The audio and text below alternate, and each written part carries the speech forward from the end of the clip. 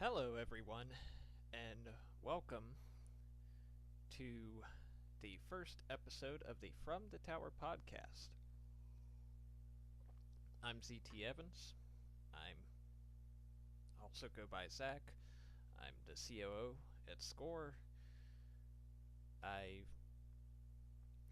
decide, well, to make hopefully, I'd like to shoot for every 2 weeks, if not every week, with the podcast. We'll see how it goes. Um, Moving from the tower from a written article on the website to the podcast, just to kind of explain in more detail the decision behind that. When Score first started, the only thing we thought I was going to write was from the tower, and it would be a weekly thing. That is no longer the case. I write about 3 or 4 times a week on Score. Um, so From the Tower was kind of falling through the crack because other things needed to be written. So I kind of threw this idea at Wally. Figured, hey, let's try something different, maybe something with a little more community interaction, easy for me to say.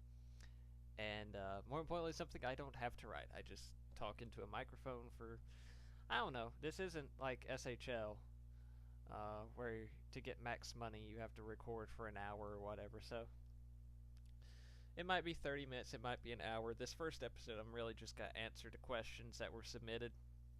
And, well, I've got video from the last Tier 2 race at Richmond playing in the background here. And, we'll see where it goes. That car's pretty. And, yeah, not a lot of, I don't know, expectation or planning, I guess. Just gonna go with the flow, see what questions we've got here. Apparently the Canes got second overall in the NHL draft lottery. Cool. So yeah, let's go ahead and get started. The first set of questions comes from Zune, who is Alex Light in Tier 2.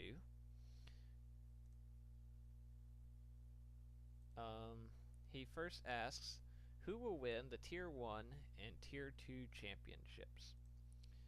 So,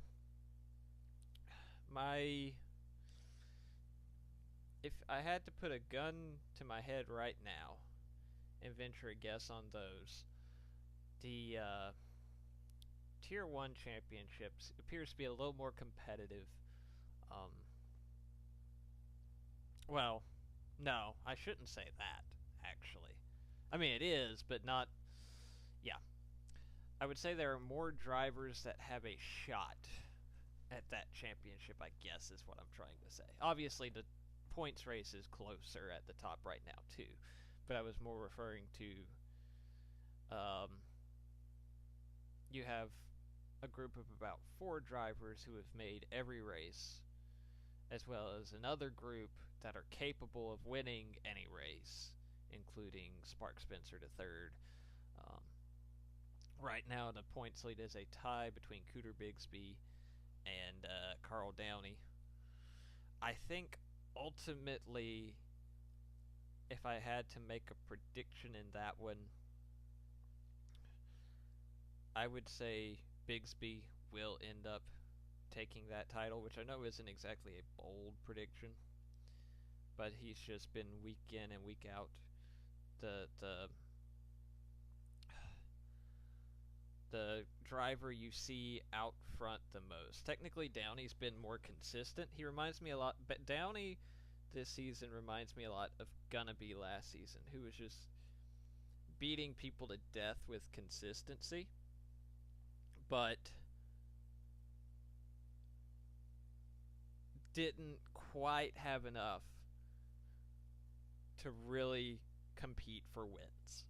And I feel like we saw with Van Dorn last season that if you can compete for wins and not screw up too often, which so far Bigsby hasn't, then ultimately the wins pay out more so than the consistency, at least with the Tier 1 point scale.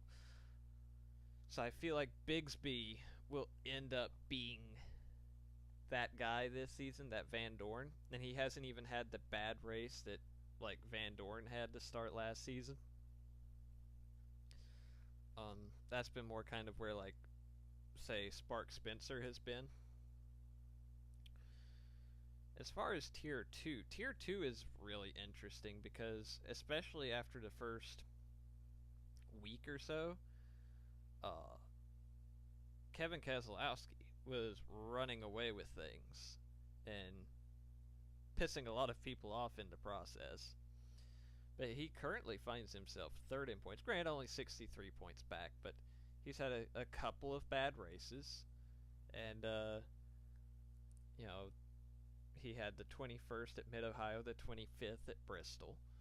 And now he kind of finds himself having to play catch up a little bit behind Tilly Tamberlane and Alex Light. Honestly, I still think he's going to be able to come back and do it. Not that he's even that far behind. I mean, he's just been so dominant this season, which is why I had to kind of catch myself because I was like, technically he's not even leading points, so it's not like he's dominating the point standings. But I feel like over the second half of the season, that dominance will persevere over Tamberlane and Light, and even Kurt Gunnaby in fourth, Charlotte Bowie in fifth, who has also run really well this season. Tamberlane has just tried to kill people with consistency, kind of like Gunnaby last season in Tier 1. I mean, 6 out of 7 races in the top 10. 4 top 5s, yeah, 4 top 5s. I mean, just ridiculous consistency from Tamberlane. And granted, it's a little bit easier to be more consistent right now in Tier 2 because there aren't as many competitors. And also, I feel like the bigger tracks lend themselves to the cream rising to the top, if you will. But still, just that incredible consistency from Tamberlane. But I feel like Keselowski will still ultimately prevail there. What tracks would you want to see appear on either schedule in future seasons? I mean, granted, I have some influence into schedule making, not 100%. And I have actually started trying. I've downloaded the sim myself and started. Ooh, what was that? What in almighty hell? I just heard. Oh, it was that Twitch ad. Okay, that's great. Interesting. And now that's gonna glitch and make my stream look super awesome. Thank you, God of War. You're the best. I guess I just played myself by trying to stream a Twitch stream, eh?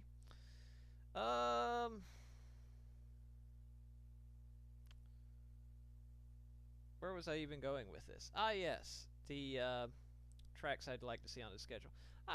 I've been testing some tracks on my own. I haven't had a lot of time to work on it this week, but I've been fiddling with it.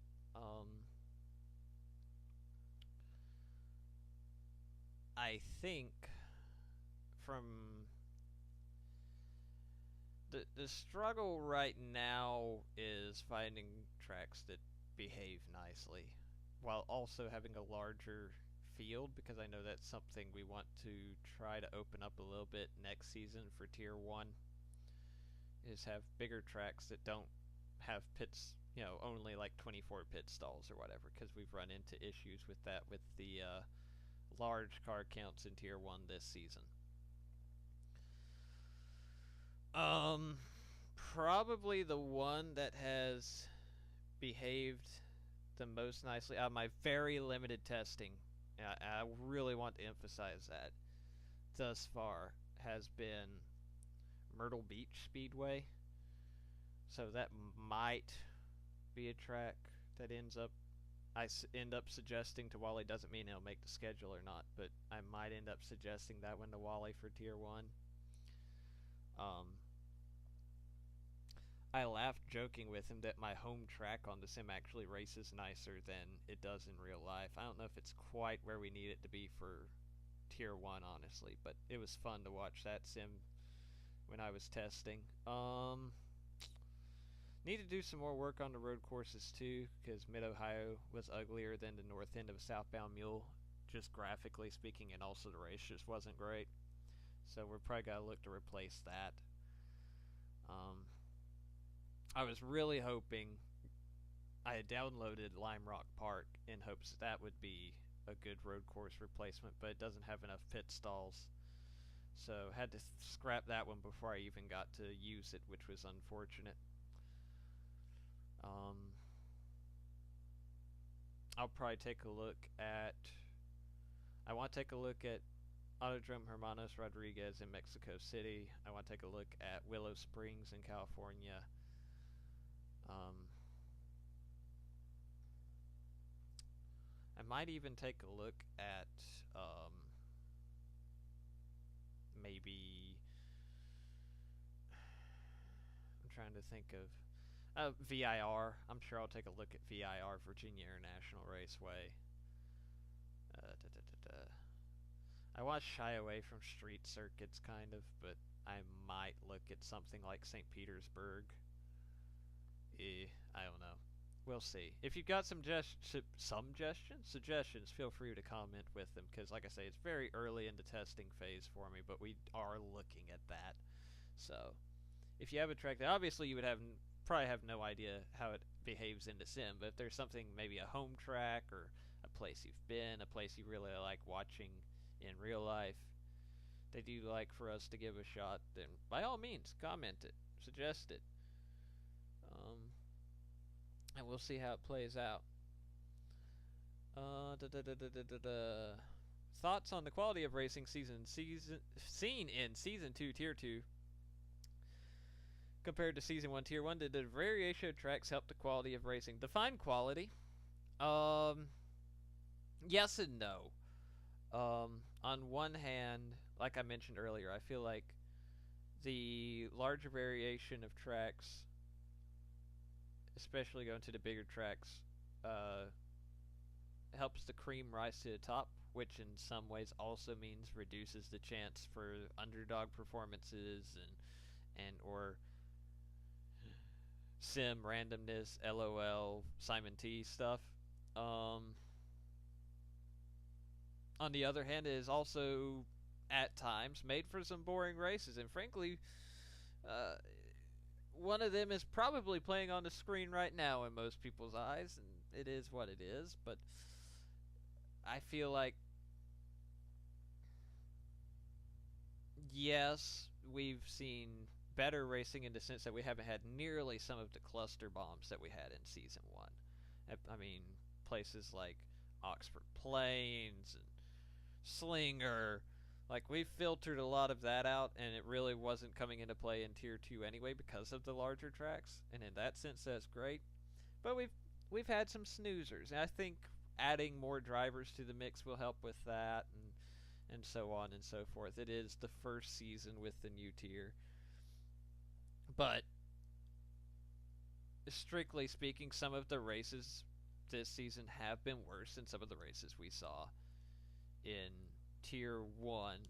If you look at, like, the tracks that weren't completely borked from Tier 1 last season, like your La Crosse, your Evergreen, stuff like that, those races have been more entertaining than most of the Season 2 Tier 2 races this season. But we haven't had a Season 2 Tier 2 race that was just a train wreck like we had in some of the Tier 1 races last season. Hopefully that answer makes sense. Where does score go after Tier 3 eventually opens? We'll have a huge amount of drivers stuck there if there's no progression. That's a question for the boss man. I legitimately have no idea. I know he has done a lot of testing with other mods. I know he's looked into maybe some other series. I even think, it's a possibility we'll have to tweak some of the things like progression or update scale or regression. I don't know. That would be a better question for him.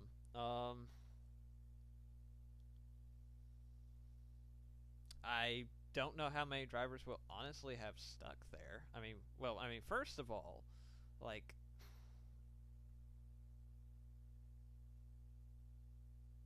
on one hand, that's kind of, I mean, you have to have a top series. You can't constantly add more and more to the top of the ladder. At some point, there has to be a peak. So I guess at that point, it becomes more of a how do you handle that roster size, I guess. Um, I know we're already looking into stuff like removing inactives from the driver pool, and obviously that would play a role in it. Um,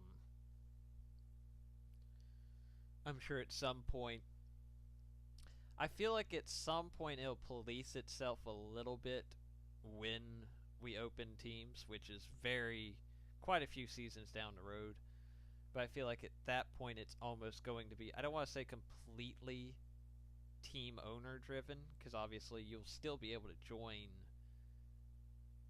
a higher tier, the highest tier, as an independent. But I feel like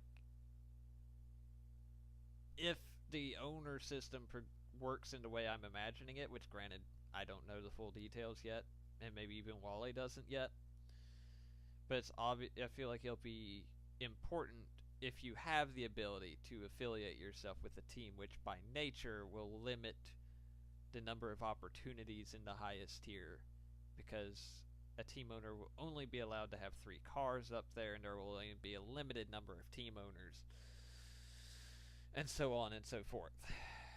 So I feel like it will police itself a little bit, but we'll see. I don't know. It's a long way down the road from that, and you have to kind of plan ahead, but at the same time, you can't lock yourself into anything and then not be able to adjust to what actually happens. So, tell us your best story from your real life trips to racetracks. So,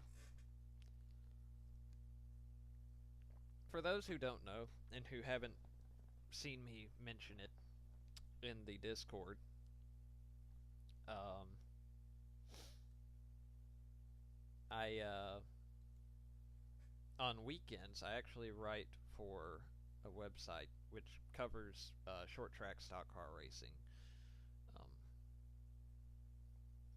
speed51.com, and so I've over you know over the past few years, even before I started writing for them, I've been going to lots and lots of these races, and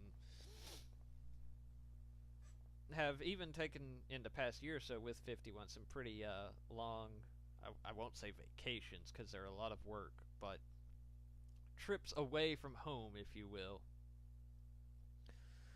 And I've covered a lot of races. God, stupid PlayStation ad. Okay.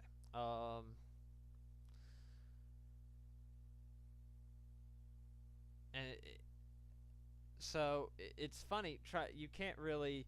I couldn't even possibly narrow it down to one best story, because almost every week there's some kind of story, um, and sometimes it's something that happens on the track. Sometimes it's something that happens in the press box. Sometimes it's something that happens on the drive to the track or the drive home from the track. Uh, I mean, I can tell you about the time that, you know, I, let's see, if I were to say something on track, the best story would probably be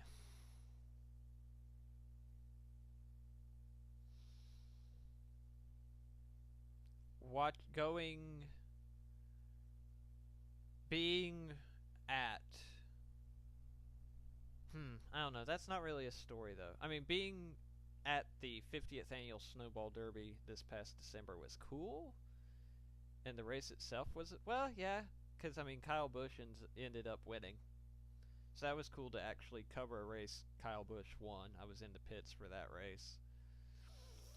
Um, as far as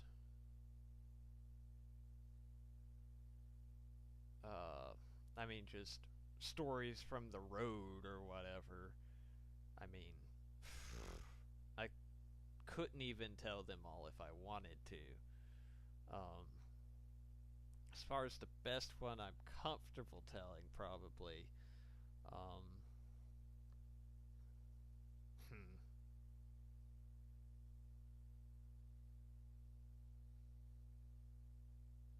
I'm trying to think of something that would have happened. Like, it's always funny. Actually, one in particular that was really funny. I don't know if it's the best, but it was really funny. See, when I went down to New Smyrna this past February for Speed Weeks, and there were like 20 or 25 with us in the group for 51 that went down there.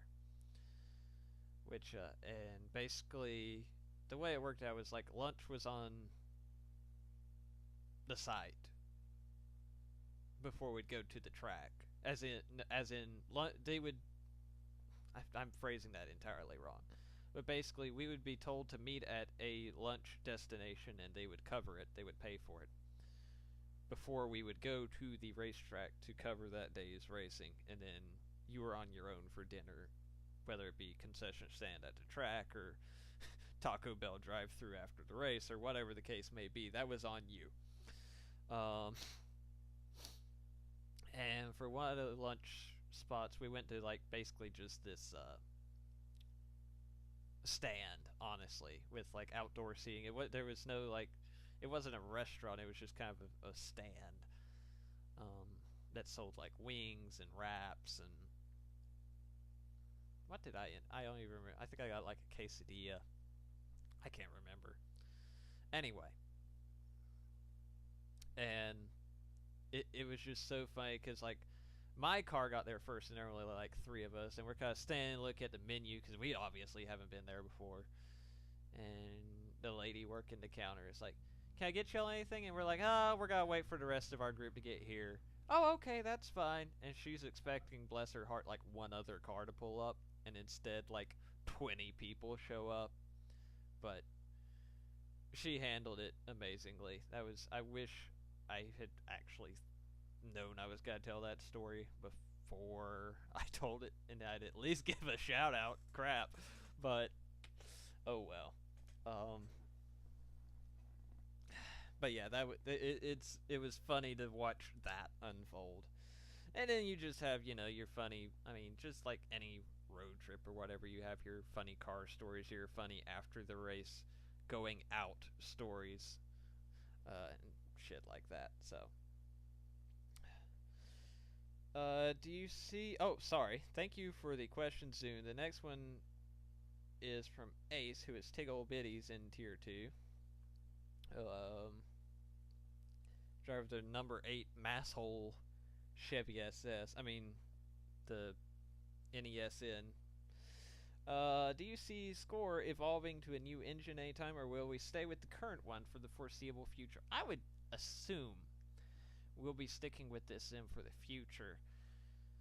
And granted, there may be something that's falling through the cracks for me, and I don't have a lot of experience with, say, R Factor or Assetto Corsa, but I can't think of another sim off the top of my head that,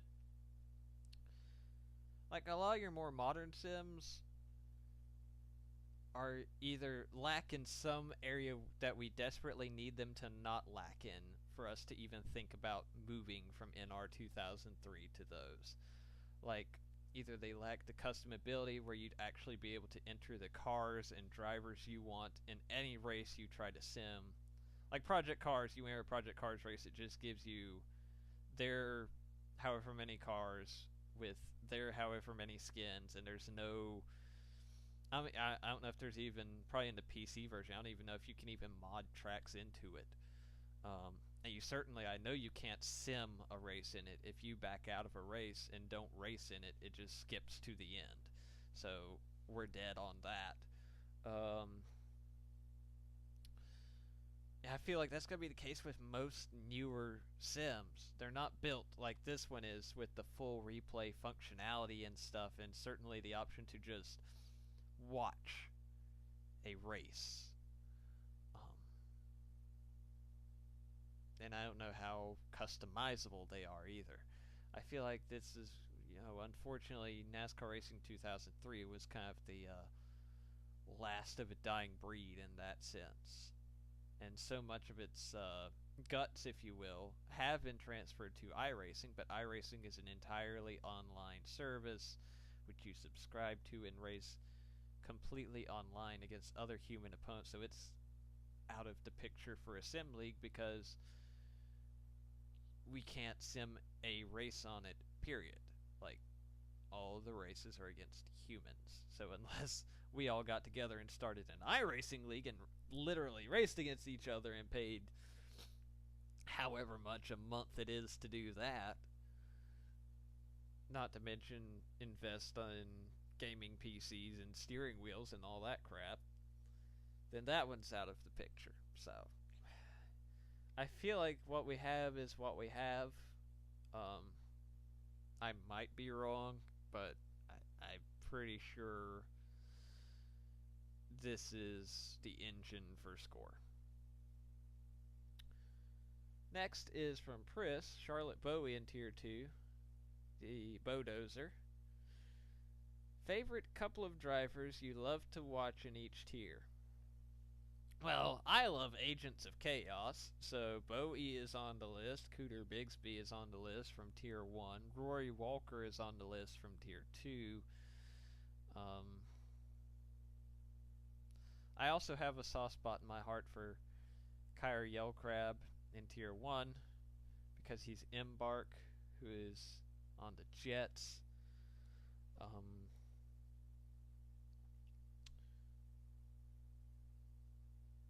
I'll be nice and say Spark Spencer the third, so Joe won't yell at me. Nobody else will yell at me if I don't mention them, so I'll throw him that bone just to humor him.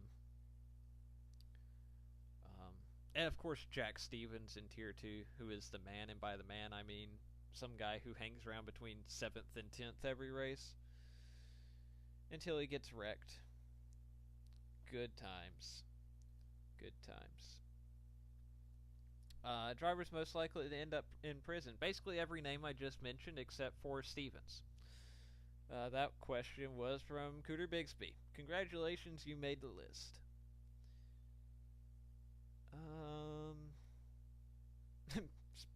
Joe, who is Spark Spencer III, asks dibs on, or says dibs on first guest.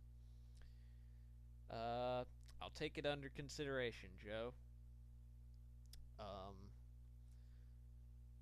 I would say you'll be too busy managing St. Louis into 4-Star Cup finals to make the next episode, but ... The last question submitted, unless I'm overlooking something, and in the future, guys, please take your conversation to literally any frickin' channel other than this one in the Discord. Thanks. What are your favorite... Oh, there is one other question. Okay. What are your favorite car designs, Tier 1 and Tier 2, from Robert Phelps? Most of them are yours, Teddy. In Tier 1, I really like the... Well, I like the car Engie designed for herself. The Atari car. I like Cooter Bigsby's car. I like Yellcrab's car. The camo, the digital camo. Let me scroll through the standings real quick and see if I'm thinking, or not thinking of anyone, I should say. Standings, STSC.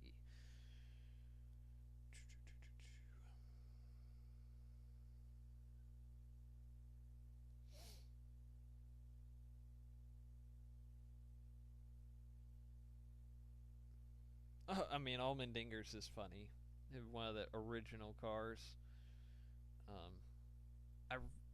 I will toot my own horn and say I really like Clyde Hudson's car, even though I painted that one. Normally, I'm not a fan of anything I paint, but I did okay on that one. I know the Marlboro one from Daryl Doty that I painted has gotten a lot of compliments on it. Um,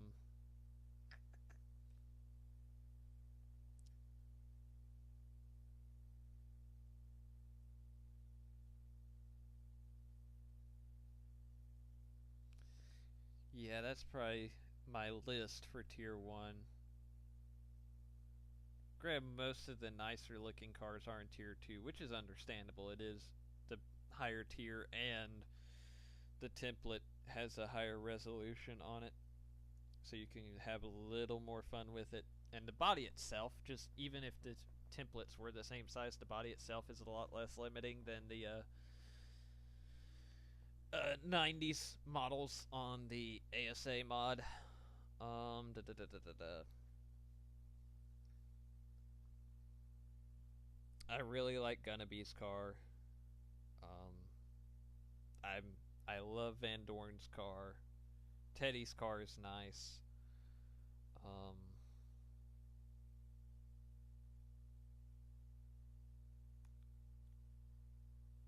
Lots of people have mentioned they like Tamberlane and Bowie. I painted those.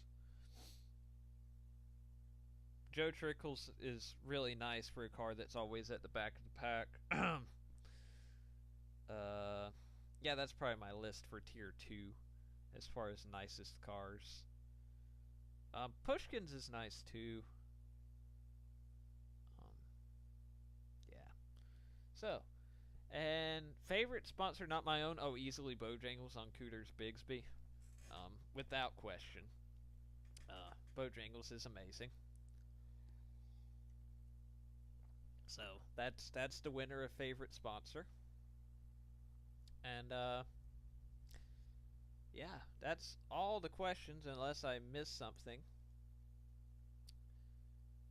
So, and that puts me right at about 30 minutes. So,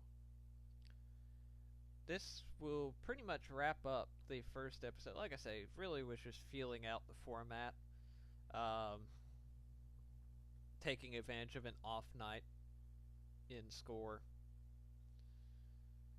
So, let's see. The next race, as I look at the league schedule for Tier 1, is tomorrow at Kalamazoo Speedway at 8 p.m. Wally time. And then Tier 2 will have an odd and unusual Monday race at the Milwaukee Mile, which I think will go really well. It seems like the flat tracks work a lot better on this sim, and Milwaukee is a one of your flatter tracks, so I think that'll be a pretty good race. Really similar to lacrosse, just longer. So I'm curious to see how that one plays out. Really looking forward to it. And hopefully, if you have enjoyed this, feel free, if you don't already, come out to the Discord when we are simming a race. Join us in voice. I'm usually in there, not all the time, but usually in there. Wally's usually in there, um, and for especially on the weekends, or we tend to draw a pretty nice little crowd in there. So hopefully there'll be a bunch of folks checking out the race at Kalamazoo tomorrow night. I will not be in there tomorrow night, in all likelihood. I don't know. I might make it home in time. It depends. I actually had the weekend off from the writing gig this week, but I'm going to Charlotte tomorrow anyway to watch the NHRA 4 Wide Nationals. I've never been to a drag race of any kind before, so I'm really looking forward to being able to go to a race as a fan for a change and not have to do work afterwards. It's going to be a little weird, but it'll be a nice change of pace. And B, just to see something different, something I haven't seen before. And just to see something moving that freaking fast. I also haven't seen that, like, ever. So, It should be a really fun day, but I will have to wake up very early. So I'm going to go ahead and wrap this up. Hope you've enjoyed it. Probably the next one will be a little more fleshed out. Yes, I'll still absolutely take questions, but I'll try to have more talking points, so to speak, about league topics, um, whatever's going on in the season at that point, whatever is coming up. I know Tier 2 signups have opened for next season. I actually haven't looked at that. And in fact, I might actually stop the stream here and see if I have access to that. I'm actually gonna hide this screen or scene real quick just to see if I do or I don't. And if I do, I might be nice enough to open it back up, depending on how much information is visible. If not, you'll just be out of luck. But let's see. Is it on this one? It is. So far,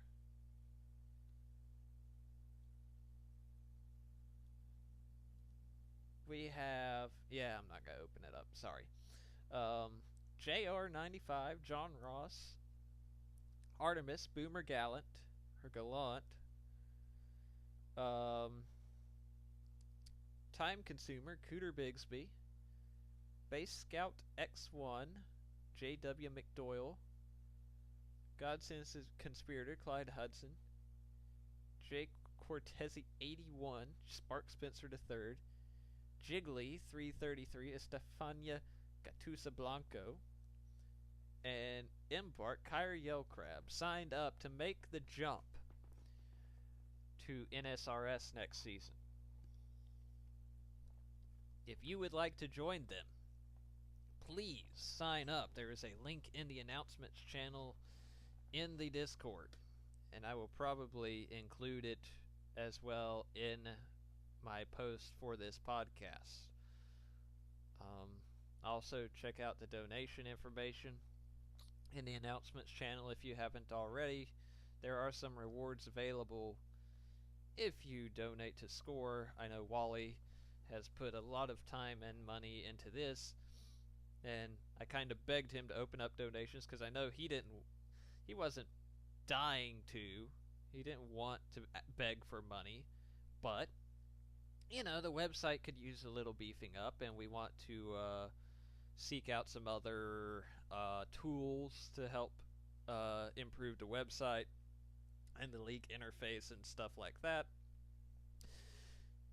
and just upgrade the web hosting and stuff. And sometimes you have to spend money to do those things, and I think enough people are enjoying the league to be willing to we're talking $5, $10 here and there, nothing crazy, to just help out with that stuff and show our appreciation for everything's Wally doing. Trust me, I know he says I do a lot of work on the site, but I've nothing compared to what he's put into this. So absolutely, if you have the means, don't choose between putting food on the table for your kid and helping out SCORE. But if you've got a couple of bucks to spare, help a brother out. On that note, I'm going to close out the first episode of From the Tower. I hope you've enjoyed it, and I will catch you next time.